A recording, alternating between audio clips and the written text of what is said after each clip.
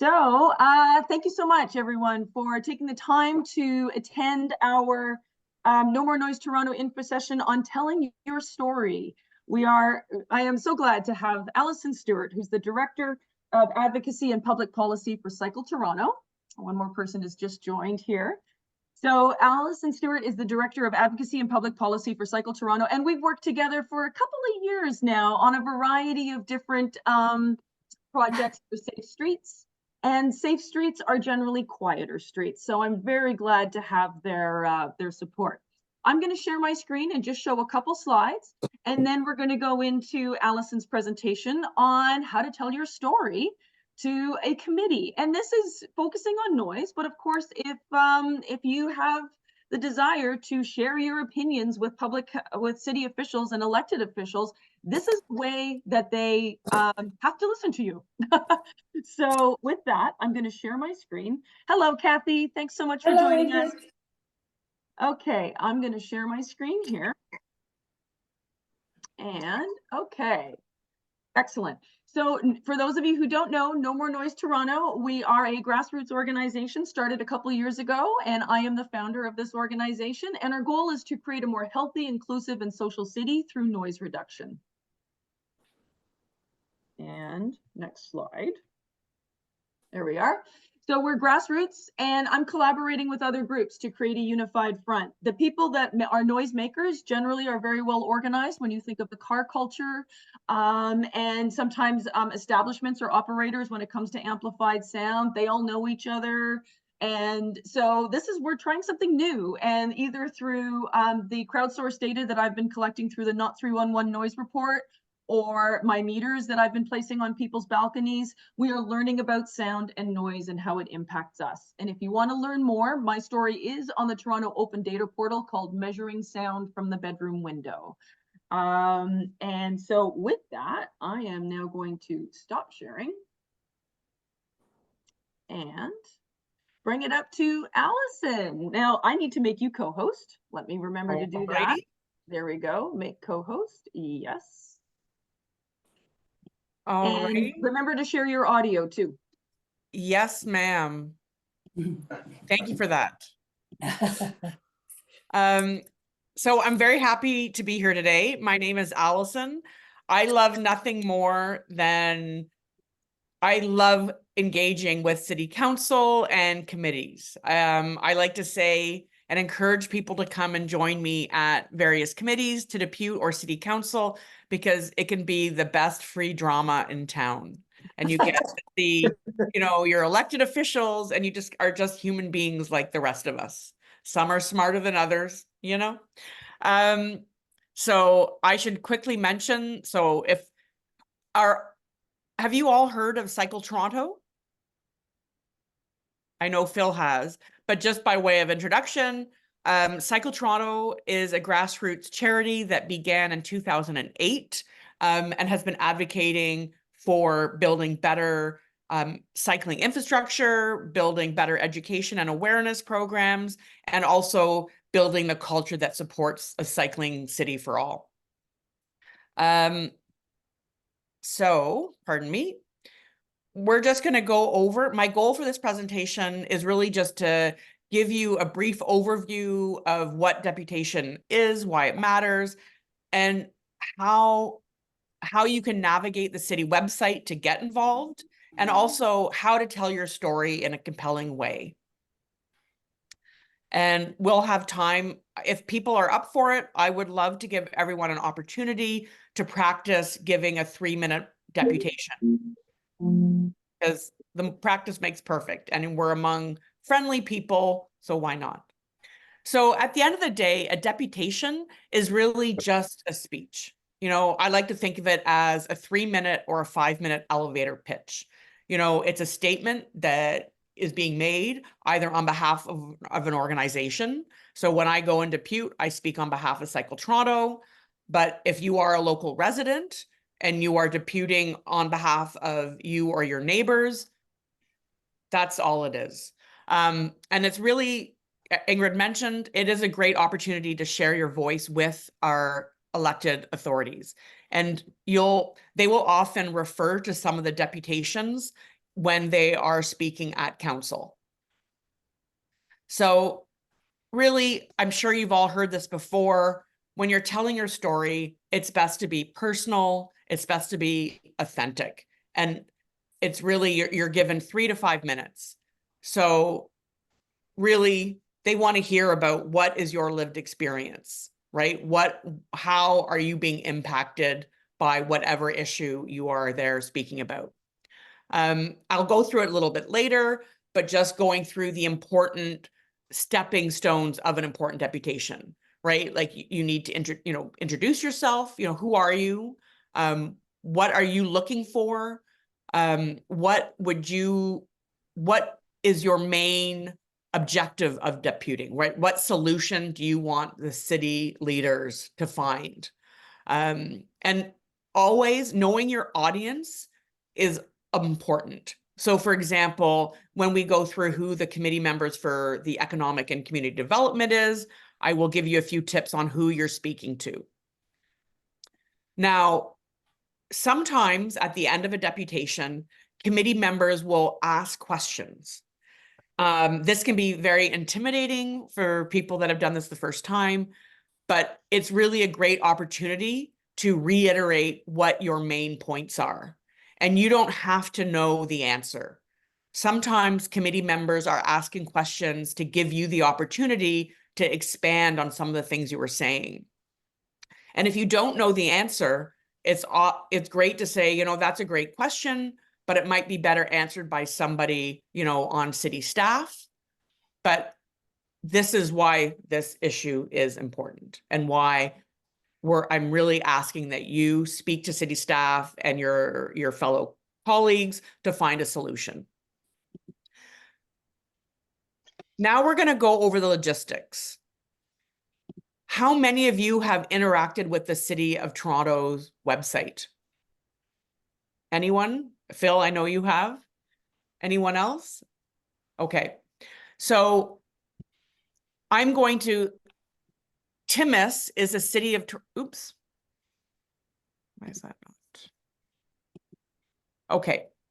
So if you're looking for meetings, the easiest way is you can Google City of Toronto Council meetings, and it will bring you up to this page.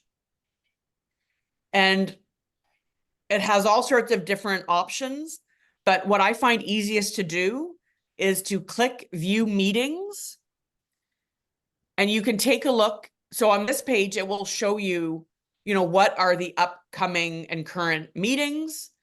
You can also search if you know the item number or the subject. But one of the things that I like to just do is I click on Schedule. So you can see at a month's view all of the different committee meetings. And for example, in this case, you can scroll to January and you'll see that on January 11th, the Economic and Community Development Committee is meeting. And just so you know, don't get too stressed about trying to remember the links. When Ingrid sends a follow-up email about this, she'll be able to provide some of the links. But this is where the meeting information will be held. So a week before the committee meets on January 11th, they'll be posting the agenda. And that's where you'll get to see all of the different items that they'll be speaking to. And on January 11th, Ingrid knows that they'll be talking about noise. So that said, I'm going to go back to our presentation. Once the agenda is published, you'll be able to directly interact with the item number, because at the top of the item number, there'll be a little button that says, do you want to submit comments? Do you want to speak? And that's how you can submit if you want to write an email or submit a letter, and also if you want to depute. Now, coming up to this particular meeting with the Economic and Community Development Committee, Ingrid will be sharing information a week beforehand to help you engage.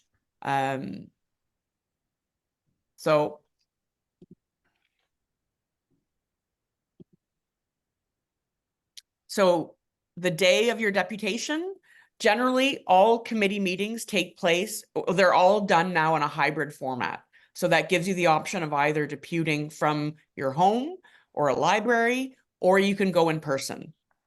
And all committee meetings take place on the second floor, and you'll be able to see an hour before the meeting, the list of speakers. So for example, one of the things I always like to do is an hour before a committee meeting that I plan on deputing, or even if I can't, or if I'm not deputing, I'd like to take a look at who are the list of speakers. One, to make sure that you're on the list, but also to see who else is going to be speaking. In this case, if your name isn't on the list, but you've signed up, you can send a quick email to the clerk and they'll have your name on it. As I've mentioned, they will tell you at the beginning of the meeting if deputations will be 3 minutes or 5 minutes. When there are a lot of speakers, they sometimes reduce the time to 3. So I'm just going to show you an example of a deputation. This is a deputation that I made a couple of weeks ago, and it will... Pedestrians are last on the list after drivers and cyclists, when all of us are pedestrians and only some of us are drivers and cyclists. Thank you. Thank you for your deputation, Adam. Is there any questions? Seeing none, thank you for joining us. Our last speaker on this item is Alison Stewart. You have 5 minutes.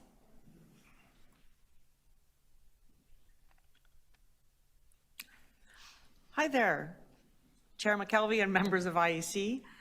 By way of introduction, my name is Alison Stewart. I'm Cycle Toronto's Director of Advocacy and Public Policy, and I'm a resident of Ward 13.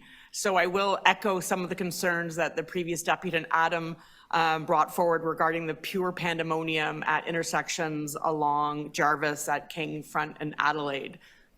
It's pandemonium 24 hours a day. That said, one of the reasons that I love my job is that I get to help the city and its residents discover the practicality, affordability, and joy of getting around by bike. That said, 1 in 4 people will experience at some point in their life some form of accessibility challenge, and it will impact their daily lives. I myself was legally blind for 6 months and discovered firsthand how challenging getting around the city became for me. And not just because I could no longer bike or drive, even walking to transit became absolutely perilous journey. And when that included an unexpected construction zone appearing, it became really challenging. So I felt lucky that not only did I get my sight back, but I didn't, get a concussion tripping over some of the hazards. The Toronto Accessibility Advisory Committee plays a really important role in helping the city remove barriers for people that live with a range of visual, physical, and mental capabilities. I don't like to say disability because really part of what makes it so debilitating rather, is because of the barriers that we create. Improving access to the opportunities improves removing barriers that prevent people from thriving and living independently. Inconsistent and unsafe construction zones restrict the movement of vulnerable people and thus limit their ability to live freely and independently. And this isn't hyperbole. This is based on the daily lived experiences of many. And I always think of Daniela Levy-Pinty, who I have the pleasure of collaborating with. She's on the steering committee of Walk Toronto and represents a lot of accessibility issues because she is legally blind. She was telling me just a couple of weeks ago how recently, in particular, because the inconsistent, unsafe volume of construction zones have become so perilous to her that she often feels like a prisoner in her own home because she cannot increasingly leave the house unless she's accompanied by somebody else. So all of that being said, Cycle Toronto supports and shares the calls from the Toronto Accessibility Advisory Committee to improve the safety of people navigating construction zones, by requiring contractors working in the public right-of-way to provide clear notification and signage, as well as contact information for the respective projects. This said, and that also really most importantly is to create a clearly marked pathway for people walking through construction zones. Cycle Toronto would like to add that it is equally important to ensure that there's safe rite of passage for cyclists when bike lanes are compromised during construction. Just 4% of our streets and roads have some form of cycling infrastructure. So when you are removing that corridor access, it becomes really perilous because cyclists don't have alternatives, and it increases conflicts between the different road users. This said, when we talk about accessibility, people often pit the needs of those with accessibility challenges against those of cyclists.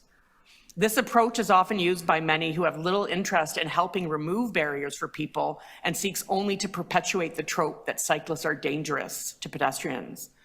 This distracts from focusing on the reasons our streets and roads are currently plagued with road violence. The speeding and dangerous and distracted behavior of car drivers, paired with the increase in size and volume of large SUVs, personal trucks, and large construction vehicles. Just yesterday, I passed the size of a garbage truck, and I just couldn't believe how big it is. So it's become like double the size of a city-run garbage truck. But I digress. So people who bike often do so because it improves their mobility. For people living with Parkinson's, for example, biking is one of the most beneficial activities that helps them keep their symptoms at bay, and in turn keeps them living actively and independently in their communities. The Arthritis Foundation calls biking one of the best exercises for people with arthritis. The pedaling motion moves the knee joints. Okay. Also, I'd like to say that, for the elderly 70 plus, the advent of e-bikes is helping them get around. So please think of the accessibility needs of not just pedestrians, but also cyclists. As Adam said, we're also pedestrians. Thank you. Thank you. Questions of the deputant? Okay. Oops, let me go back to the presentation. Now, the reason I showed you that deputation was just to give you an example of how giving a deputation unfolds in a committee. And also, we're going to go into, here we go. We're going to go into that sort of when you're looking to structure what you want to say. Right. And like to be authentic, to be personal, to try to draw the various, your points to how it impacts others and what you're really seeking the city to do. So here is just a brief look at the committee members on the Economic and Community Development Committee. So the chair is Councillor Alejandra Bravo. She's the councillor for Davenport. And her vice chair is Councillor Carroll, who is the councillor for Don Valley North. And then you have the other committee members. Chris Moyes in Ward 13, he's my councillor. He's also the chair of Public Health. Deputy Mayor Osma Malik is the councillor of Spadina Fort York. And Paula Fletcher, Toronto Danforth. And then Jay Robinson is a councillor for Don Valley West. So you have the bulk of these committee members are progressive and will likely be already sympathetic and empathetic to the concerns regarding excessive noise. So when I talk about knowing your audience, it's sometimes helpful to know who you're talking to. So for example, when it comes to noise, it's a public health issue. So in your deputations, it might be worthwhile acknowledging Councillor Chris Moyes' role on Public Health Committee to specifically request that he brings this up to Public Health to find out what their concerns are about excessive noise. Councillor Alejandra Bravo is, a big into social justice and supporting our most vulnerable and workers' rights. Again, thinking of how do we tie in some of the concerns around noise pollution that might help draw her interest. So, for example, there in many instances in the downtown core, like Sankofa Square, formerly known as Young Dundas Square, anytime that you walk along the entrance to the subway, you'll likely hear blaring music. And that's because it's an anti-homeless feature.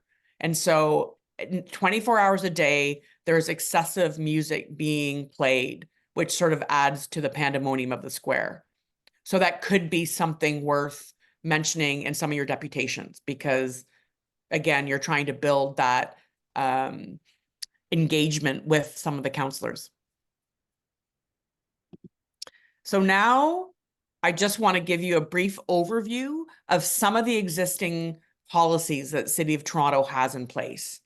Toronto Public Health, it's all about promoting healthy living through better urban design, obviously through better healthcare programs. Noise impacts people's health. There's also the Vision Zero Road Safety Plan, which seeks to eliminate all fatalities and serious road injuries taking place on our streets and roads. One of the things, when you lower the speed limits and you reduce the volume of cars and trucks circulating on the streets, you're automatically going to reduce the noise, right? So when Arjun was mentioning that he's up in Weston, well, there's, a lot of arterial roads. And when you have large, heavy trucks and cars speeding along there, you're going to get a lot of noise.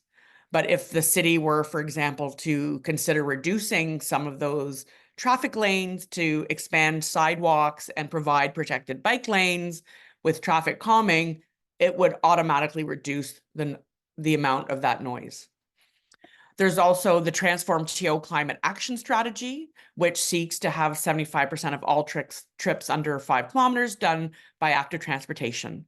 Again, reducing, the amount of trucks and vehicles on our roads will contribute to reducing our noise. Complete Streets Guidelines, those again are seeking to, whenever the city is going to rebuild a road or street or upgrade a street, they are looking to improve the environment for all road users. So for pedestrians, that's including protected intersections, it's extending the curb, tightening the turn radius so cars have to physically slow down before they turn. It's also adding bike lanes so that, and reducing the vehicular lane. So again, where you have a complete street, you tend to have a quieter street. Lastly, I'll just touch on the encouraging people of all ages and abilities. Again, the more people that you have out riding or walking, you are creating a safer urban environment, which will be quieter. So how noise is regulated? It's pretty complicated. The City of Toronto has a noise bylaw, and the city enforces their bylaws, but the Toronto Police Services enforce moving vehicles. So addressing some of the noise complaints can be pretty complicated. And I'm going to quickly show you a process flow chart on the next slide just to give you an overview of that. But for example, garbage trucks, they run 24 hours a day. So there's no point complaining about the noise that increasingly large garbage trucks make. Leaf blowers, those horrible fuel-emitting, dust-emitting machines, they're allowed to operate between 7 a.m. and 7 p.m. So any complaint that you want to make about them would have to be done outside of those times. And then, of course, there's excessive car noise, which makes up the bulk of unnecessary urban noise. It's pretty impossible as it currently stands to address vehicular noise because they move quickly. So currently the process for reporting excess noise is pretty convoluted and it's pretty challenging. And Ingrid, who is, well-versed in this, she will be able to talk about this and her deputations a little more in detail. But for the objective of this presentation, we're going to scooch forward to how do you craft your deputation or your speech. There are 7 main parts to a deputation, right? 1, acknowledge the committee members, especially like if one of your councillors is on the committee, or if you want to address, for example, acknowledge Chris Moyes, who's the chair of public health. It's an opportunity to just connect with them briefly. And then introduce yourself, right? Who are you? What part of the city are you from? Why are you there? What is your concern? And why should this matter be of concern to committee members and city council as well? And then briefly talk about what you're seeking to change. And then as you're getting ready to conclude your message, it's really important to reiterate your main point. I put here on the slide 3 points, but really at the end of the day, because 3 or 5 minutes goes by really quickly, when you go into your presentation, knowing what is the one thing that you want the committee members to retain from your deputation. Because chances are when you're speaking with people, they will remember the beginning of your speech and the last point of your speech. And then lastly, thank the committee members for their consideration and time. And that's it, all in 3 to 5 minutes. So I'm going to stop the share right now just to take a pulse and see if anybody had any questions before we can move on to the practice session, if people want to. Yeah. Thanks so much, Alison. That was great. And as somebody who has done presentations and deputations, there's different ways of doing it, and the way Alison did it, she just wrote it out and read it out. That is one of the easiest ways to just make a deputation. You can also do presentations if you like.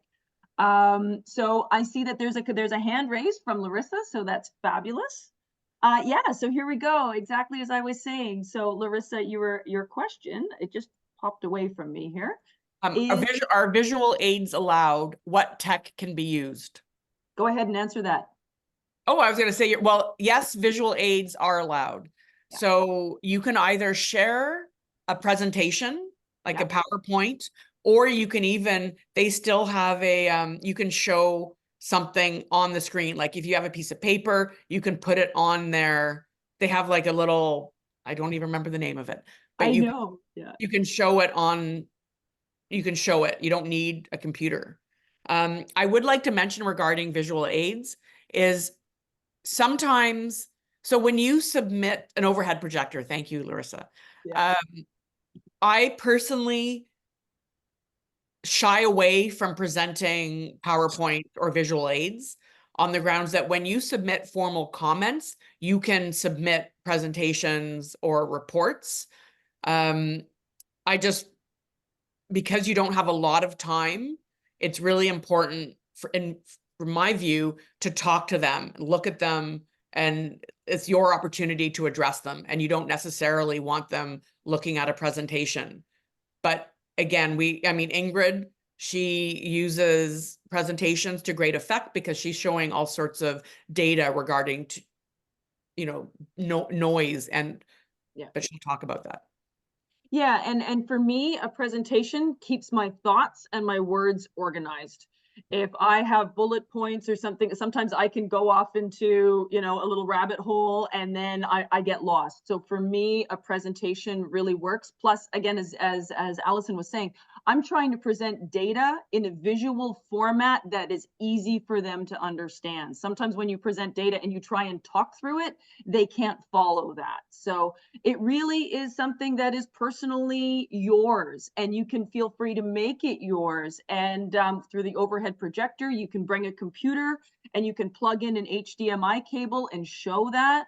But know that Wi-Fi is not the greatest in the room. I have had Wi-Fi issues in that room, and when you're up there and Wi-Fi issues and you don't have your visuals aren't showing, that's a problem. So that would be always have it on your computer if you're going to show anything, would be my recommendation for that. Thank you for that question. Yeah, Alison. And another thing that's been done to good effect, I love it when they have when people sometimes will just show photos, right? Yeah. So they'll just show a photo and then talk to the photo. But anyway, Phil has his hand up. Yeah. Yeah, just to get the gentleman before you in your deputation, he spoke a little slower. So my question is, I don't know if anybody's around for the round 4 deputations back then. Pardon me? Were you there for the round 4 deputations back years ago when he it's like a 24-hour deputations and people presented themselves? They had a gentleman who came up there, had electric wheelchair, and he did his deputation through his computer to speak. It was amazing. So my question is, will the committee give extra time for people with extra needs, whatever, just to like do applications, whatever? Yeah, the committee members they're generally very friendly and helpful to deputants, right? Because they all understand that it takes a lot. Like, people have to take time out of their day. I mean, it takes a lot of effort. So generally speaking, they're very kind and generous to deputants, especially if they have additional needs. And for example, in Adam's case, and when Adam is well known by all the committee members because he's a regular deputant, he has been on various committees around accessibility. So, and what you didn't see in there is that they absolutely will do accommodations. And even, for example, when they have the speakers list, sometimes if people are late or if someone's name comes up and they're not in the room, they will, at the end of the speaker list, they will go back to those that didn't present to say, hey, is Jess in the room? Is Jess here? Is she able to depute? Right? So there is a bit of wiggle room. You are essentially in their meeting space. Yeah. And Councillor Bravo is really nice. She will like, if you get 5 minutes, and then at 5 minutes, she'll say, can you wrap up? She won't say, you're done, so there is that accommodation from her. And just to reiterate Alison's point about questions, that is, I know sometimes you're like, oh my goodness, am I going to know the answer to their question? And the answer is yes, you do, because they're looking for more information from you. And so if they're not going to ask you something necessarily of the cities that the city staff could answer. They may ask that to Alison Stewart because Alison knows so much and is such a expert in the subject, where us as residents coming, or you as residents coming, they're not going to ask you what's the decibel level in your home. They're going to ask for a little bit more background, a little bit more context, that kind of thing, to help you share your story. And Councillor Shelley Carroll and Councillor Fletcher were both in the hot doc that in Do You Hear What I Hear? So you already have people that are very supportive of reducing noise in Toronto. Yeah. Are there other questions? Councillor Fletcher, for example, was very critical of the Toronto police. So, for example, the police have done, they were talking about how they've been trying to enforce, speeders along the DVP. And Councillor Fletcher's point was, and who lives on the DVP, right? Like, a lot of noise, it's coming from, the residential areas. And so how are you really addressing a problem if you're going out and you're enforcing an area where there haven't been a lot of complaints by residents? Yeah.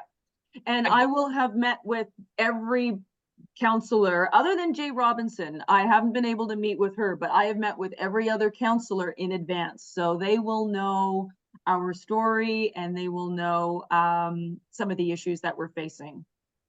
Philip, you've got another question? Yeah, just pick my those barriers on the highways, you put those walls or whatever for sound. Yep. Do you have any stats on that? Do they actually make a big difference for the resident on the other side? I'm just kind of curious. They do make a difference. So if here's the highway and then here's the wall, for the home on the other side, yeah, they do. But if you're in a condo and you're up here, if you are in a direct line of sight to the noise source, it's Mhm. not making a difference. I'll see, okay. If you can see it, it's not making a difference. If you can see the noise source, in other words, right? And that's part of the thing, is they're saying, well, we can mitigate noise by putting in noise walls.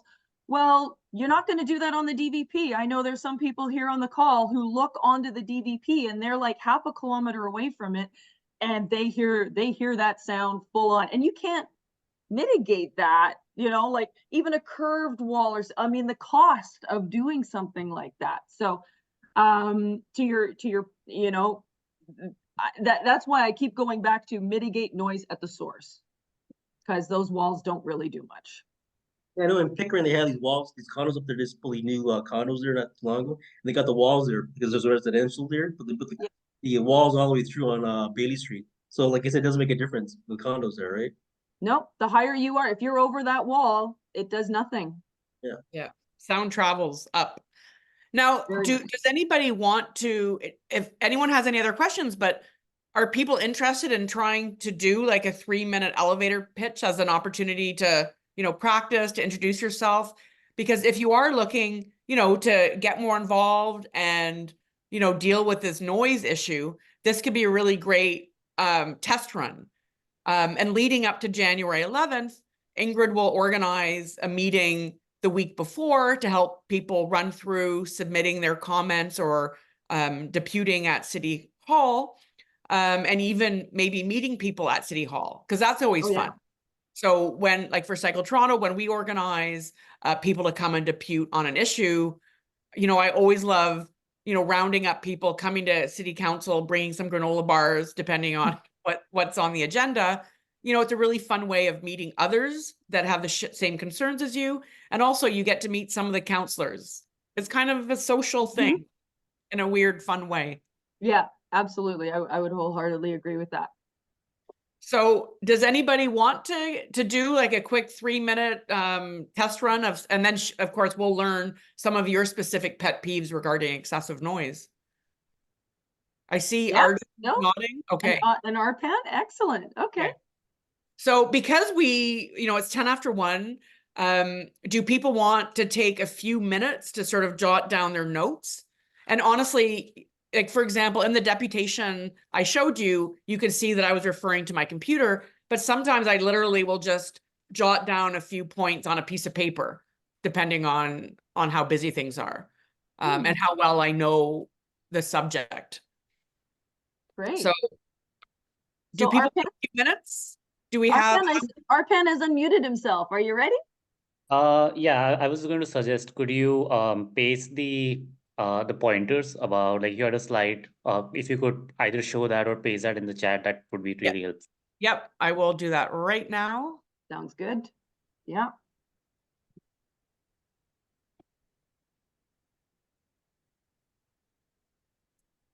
And so Arpan and Phil are up to speaking. Robert, are you up for it? Is anyone else? What about Larissa and Kathy?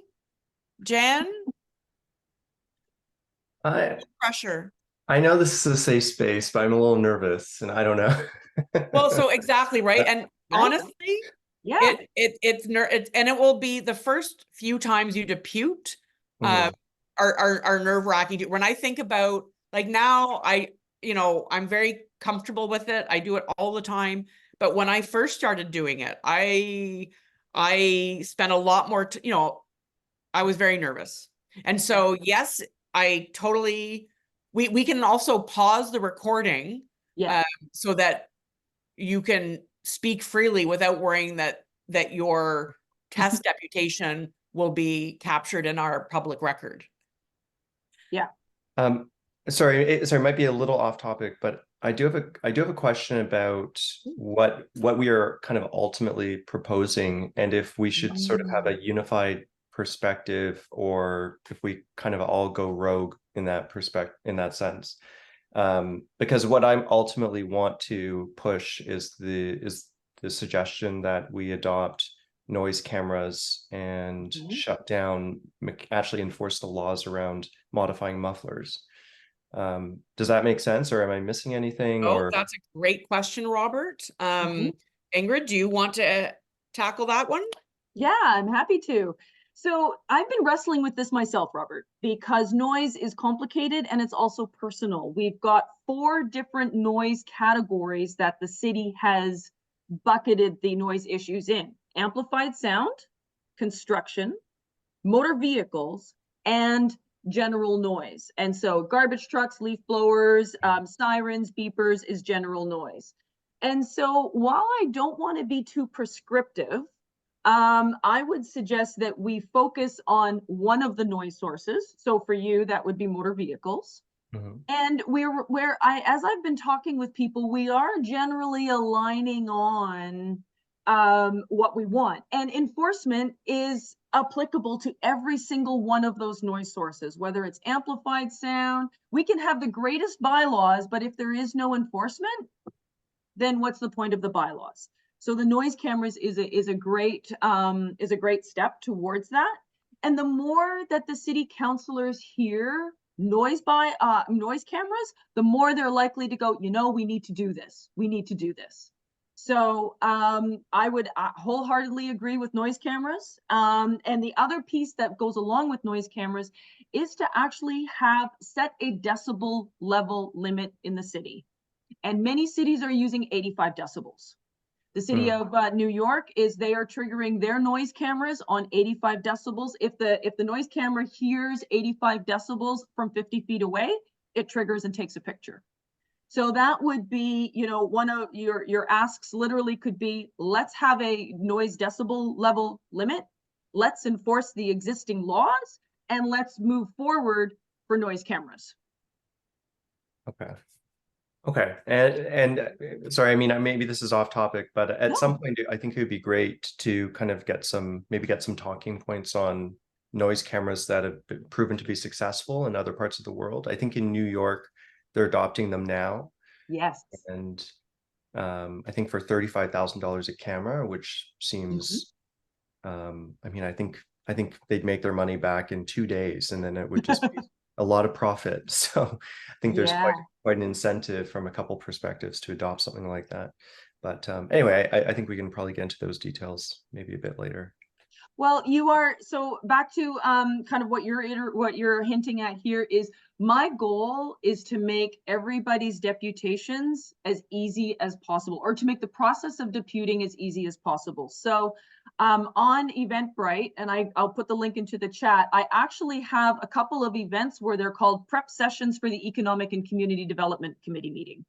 And what that is creating a short list of people that are interested in getting more information. And so we will have a deputation worksheet. I will have speaking points for those 4 buckets. We will have practice sessions if we want. I'm going to make myself available. And I just see, Alison, do you have any examples of the type of stationary equipment? Generators, air conditioners, heat pumps, all of those things are things that are people. I had no wind power generators, Larissa's saying. Yeah, so there's a lot of, we are getting more dense. And so like in the laneway suites, they are now putting air conditioners on top of the roof of those laneway suites, which can be very close to somebody's bedroom. And if you've got that fan a little bit off and it creates a tick, tick, tick, tick, tick, in the summer, that's 24/7. And I heard an earful about air conditioners. So I won't be able to make an exhaustive list, but I will certainly give speaking points, because the more consistent we are and the more we say the same thing at committee, then the more impactful our message will be. But the other thing is that noise is a very personal thing. And for some people, sirens drive them bonkers. For other people, sirens, they say somebody else is having a worse day than I am, I'm okay with it. So I don't want to limit, I don't want to put boxes around people either. So there's going to be a happy medium, but lots of support.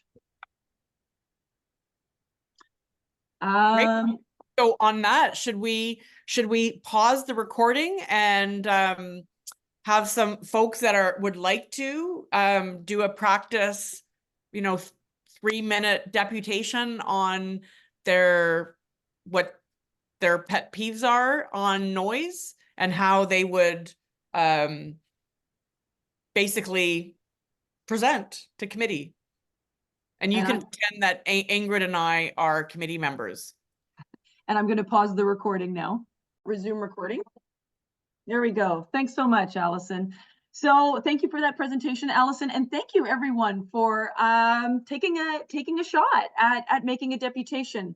So just as a closing, the City of Toronto noise bylaw review, the last time this happened was over 20 years ago. So this is a golden opportunity for us to make a difference. And so basically in the fall, over 750 people attended 6 public consultations, and the city received over 2,200 emails with feedback. So this whole meeting was supposed to happen November 28th. Because of that volume of feedback, they pushed it to January 11th. So January 11th, we have the opportunity to depute.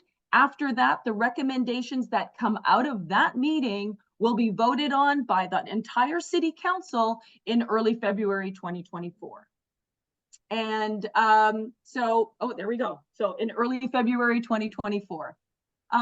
So thank you so much for attending today. This is ways that you can connect with me and with No More Noise Toronto. We have the website, nomorennoisetoronto.com. You can sign up for noise news. I'm on Twitter at @SipandData, and we also have our Facebook group called No More Noise TO. And so with that, I'm going to stop sharing and I'm going to stop recording. I want to stop.